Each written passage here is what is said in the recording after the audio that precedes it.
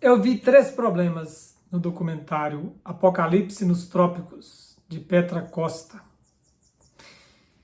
Bem-vindos ao canal Tempos. Vamos falar deste documentário, tecer as nossas considerações a partir do olhar do historiador, particularmente do professor de História do Brasil, focado nas questões políticas, que é o meu caso.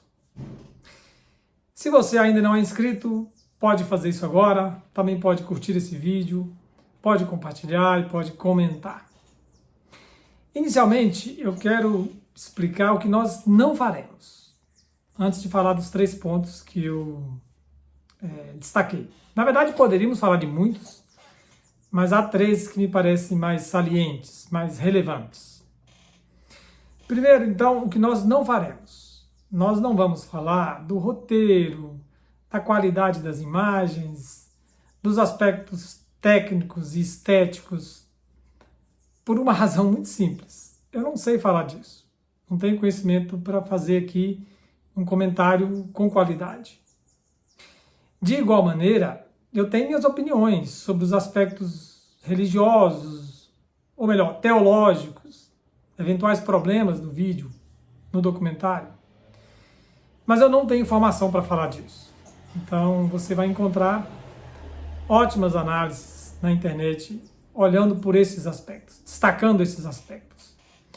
O que eu vou fazer aqui é explorar 3 pontos que me parecem estão inadequados no documentário. Primeiro ponto é sobre Brasília.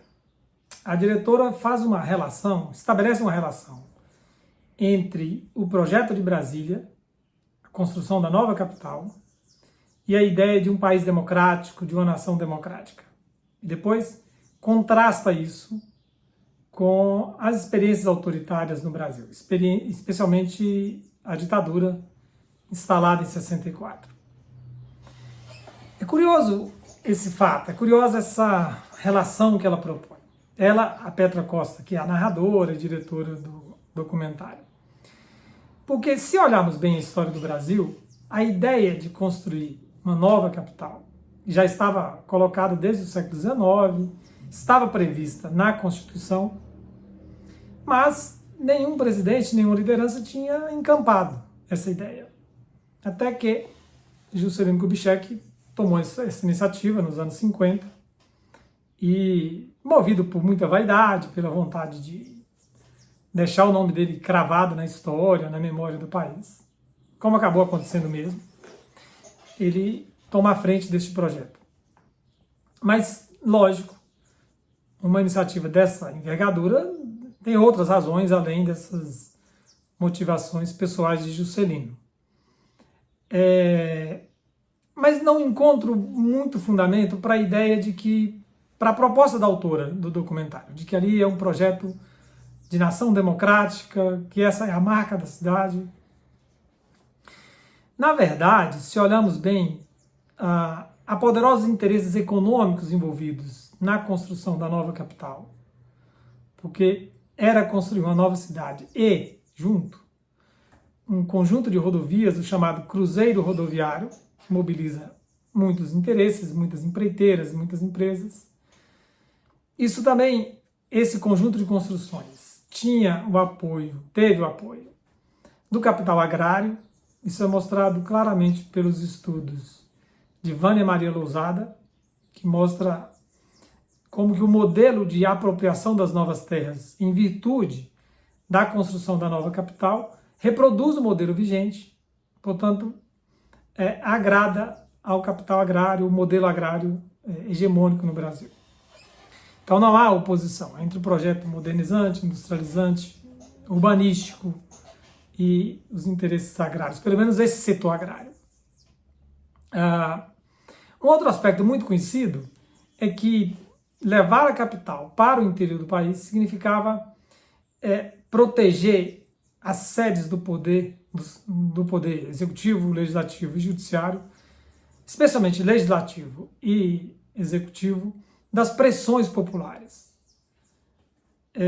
Então, não há, até aqui, nenhum viés democratizante. Embora seja verdade o governo Juscelino tenha sido um governo que governou dentro dos marcos constitucionais, coisa rara no Brasil até então. E um outro ponto a considerar, o desenho urbanístico de Brasília também não é pensado para facilitar a expressão política popular.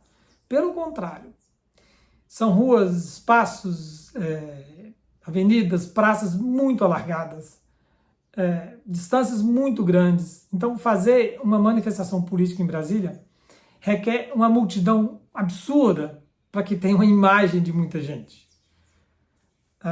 É difícil fazer manifestação política em Brasília e trazer esse impacto. E, por outro lado, a repressão também é mais fácil, com essas ruas, avenidas e praças bem espaçadas.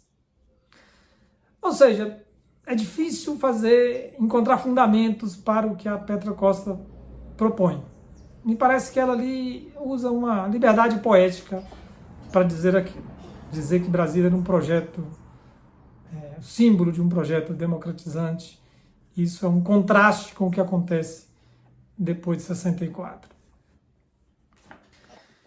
O segundo ponto que me parece problemático no documentário Apocalipse nos Trópicos diz respeito à importância do comunismo ou do anticomunismo na política brasileira. A certa altura, a narradora, que é a Petra Costa, diz assim: nenhuma força concreta mobilizou tanto a política brasileira nas últimas décadas quanto um fantasma. O fantasma do comunismo. Vamos lá. Existe o fantasma do comunismo ou o movimento anticomunista no Brasil desde que aconteceu a Revolução Russa. Mas esse instrumento político, o fantasma do comunismo, passou a ser utilizado com mais vigor nos anos 30 do século XX. O melhor trabalho que eu conheço sobre esse assunto é do professor Rodrigo Pato Samota, o livro Em Guarda contra o Perigo Vermelho. É a tese de doutorado dele, na qual ele mostra como que o anticomunismo, qual o papel do anticomunismo na política nacional entre os anos 30 e os anos 60 do século XX. Há uma década, e somente uma, na qual podemos fazer essa afirmação, acerca da qual podemos fazer essa afirmação. Isto é, o comunismo, ou o fantasma do comunismo, foi a força política concreta mais poderosa. Somente nos anos 60. Ele, o fantasma, esteve presente em outras décadas? Com certeza. Mas quando, aliás, ele, o fantasma, foi a força mais poderosa? Nos anos 60. Foi o discurso anticomunista que unificou as forças de oposição a João Goulart e as mobilizou de maneira mais forte para dar o golpe. E havia diferença entre elas, as forças de oposição. Mas o anticomunismo foi o cimento comum. Continuou a haver o discurso anticomunista nos anos 70, 80, 90, nunca parou. Mas estava longe de ser a mais poderosa força. Eu não diria que... Bom, como a Petra Costa usa no plural, nas últimas décadas, nós não sabemos o que ela está chamando de últimas décadas. Eu não sei se ela se refere a anos 80 para cá, anos 60 para cá, né? Não dá para saber. Mas se formos generosos com ela, a diretora, com o argumento do documentário, e pensarmos que ela se refere apenas à última década, isto é, 2015 a 2025, ainda assim haveríamos que problematizar a afirmação. Porque se olharmos bem, Lula foi eleito em 2022 e o discurso anticomunista estava presente. Ele não foi a força mais poderosa. A força mais poderosa em 2022 foi o medo. O livro Biografia do Abismo, de Thomas Trauman e Felipe Nunes, mostra isso. Eles mostram os índices de rejeição de Lula e Bolsonaro. O de Bolsonaro é um pouquinho maior do que o de Lula. Mas mais do que rejeição, há uma pergunta de quem você tem mais medo. E aí, a maioria, por uma diferença pequena, tinha mais medo de Bolsonaro do que de Lula. Ou seja, nem na última década, quando de fato esse argumento é muito mobilizado, o anticomunismo foi a mais poderosa força ao longo de todo o período. Menos ainda nas últimas décadas, como diz o documentário. Não foi assim nos anos 80, não foi assim nos anos 90, menos ainda nos anos 2000, quando o PT venceu 4 eleições presidenciais, 2 de Lula, 2 de Dilma, e já haviam pessoas dizendo que o PT era comunista, que Lula era comunista. Não colou. Ou colou num número muito pequeno de pessoas. Então esse é o segundo ponto, a segunda afirmação do documentário que me parece carece de melhor fundamentação histórica. O terceiro ponto diz respeito à qualidade da análise política que o documentário apresenta. Me parece uma análise política incompleta e, em alguns momentos, superficial.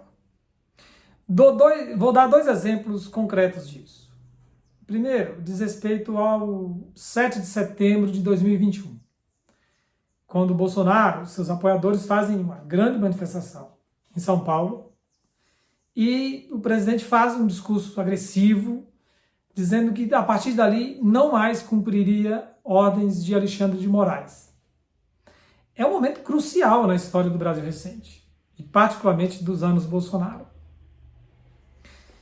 O que o documentário traz na sequência? Nada. Ele muda de assunto. Ele abre um outro capítulo, literalmente. O espectador fica vendido, porque o que aconteceu depois? Ele cumpriu, sabemos historicamente, cumpriu as ordens. O Supremo continuou atuando. Sabemos que, após aquela manifestação, entram em cena, nos bastidores, movimentações muito pesadas. Na noite daquele dia, o Gilberto Kassab, um dos caciques políticos mais importantes do Brasil, dá uma entrevista para os telejornais dizendo que era muito grave o que o presidente Bolsonaro tinha feito, que era hora de, sim, pensar seriamente na possibilidade de um processo de impeachment. E no dia seguinte, entra em cena, já devia estar em cena, nos bastidores desde aquela noite, mas aparece para a mídia uma figura também crucial, Michel Temer, ex-presidente. Ele convence Bolsonaro a fazer uma carta, se retratando, pedindo desculpas. Isso mudou a história deste governo Bolsonaro. Mudou a história recente do Brasil. Esse recuo. Ou seja, o bolsonarismo que aparece no documentário, aparece em sua faceta poderosa na avenida, aparece como o presidente fazendo aquele discurso incendiário e para ali. O que veio depois? O documentário muda de assunto. Ora, esse recuo, esse ajuste promovido pelo Michel Temer, aconselhado pelo Michel Temer e seguido pelo Bolsonaro, é decisivo nessa história. O Brasil poderia ter mergulhado numa crise política enorme naquele momento, se Bolsonaro levasse adiante o que ele falou que iria fazer. O segundo exemplo é quando a diretora, o documentário, fala das eleições de 2022. Ela diz que no primeiro turno as forças de oposição a Lula, né? As forças mais conservadoras foram muito vitoriosas, especialmente para o legislativo. E no segundo turno, Lula, sabemos todos, ganhou com uma margem pequena de diferença. Então ela diz, fico a imaginar como seria o Brasil se Bolsonaro tivesse vencido as eleições. Nós mergulharíamos numa teocracia. A conjectura que ela faz trai uma análise superficial da política. Como assim? Eu explico. O vídeo todo, o documentário todo está focado na presença dos evangélicos, na política de um setor dos evangélicos, especialmente estrelado pelo pastor Silas Malafaia, as relações deles com Bolsonaro, enfim, com a política bolsonarista. E com as eleições. Então, quando ela especula sobre uma eventual teocracia, a análise política está toda focada na constituição do poder legislativo e do poder executivo. Como se o poder político fosse apenas a maneira como se estivesse contido apenas nessas instituições. Ora, sabemos todos, o poder se distribui em relações múltiplas, em diversas instituições. Uma análise que fica focada só no legislativo ou só no executivo, no caso brasileiro hoje temos que incluir o judiciário, é muito pobre. Porque você tem que considerar as relações internacionais, o poder do grande capital, o poder da mídia mais tradicional, chamada grande mídia, o poder, as influências das redes sociais e uma vasta rede de instituições da sociedade civil, onde se joga, onde se disputa a hegemonia e a contra-hegemonia. Ora, toda essa dinâmica da política, para além da instituição Congresso Nacional e Poder Executivo, escapa à abordagem que o documentário faz. O que é paradoxal, porque ela está retratando um movimento religioso e suas conexões com a política. Mas essa ideia, esse caráter um pouco superficial em diversas análises, que aparece mais nitidamente aqui, me parece atravessar o documentário como um todo.